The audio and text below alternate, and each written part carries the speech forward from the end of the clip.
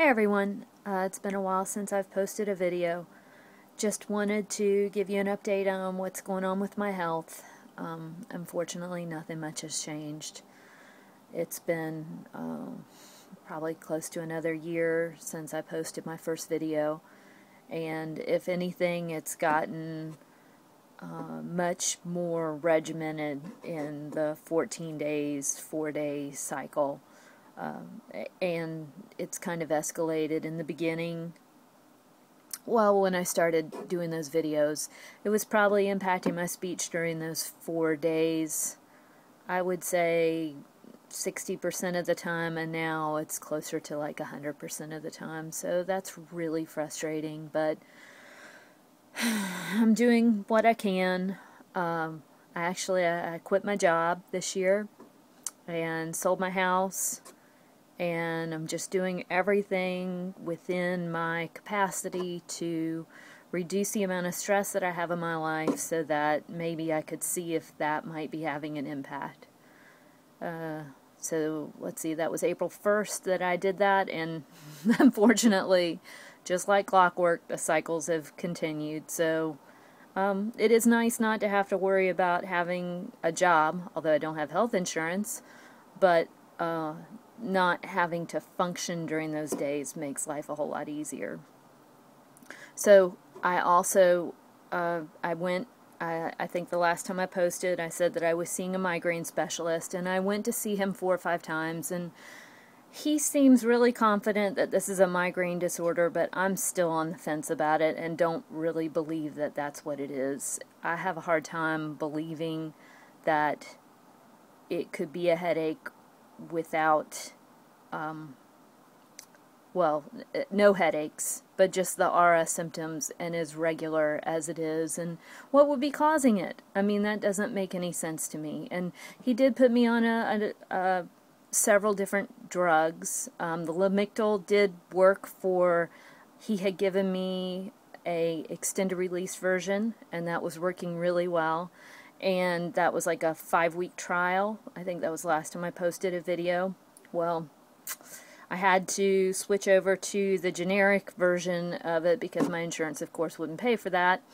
And when I switched over to the generic, I almost immediately started developing a rash. And then when I got in touch with him, because that's one of the bad signs that can happen with that drug, he restricted me from using it.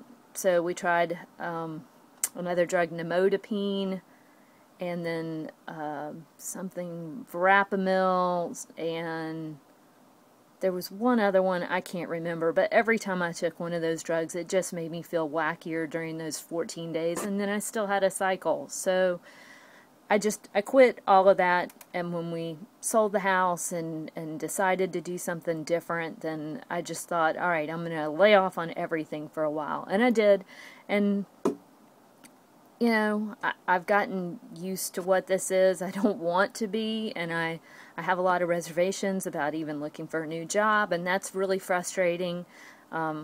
Fortunately, I'm in a position where I don't have to work right now, and we'll have to just take it day by day.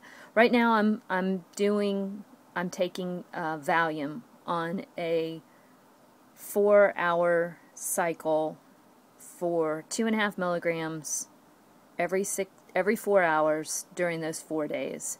So that seems to, as a matter of fact, I'm in the middle of my cycle right now, and as you can see, I'm doing okay. If I cover my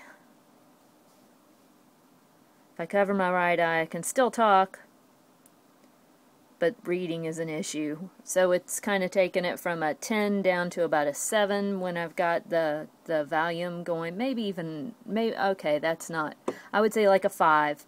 So I'm still not thinking properly, but it's a whole lot better.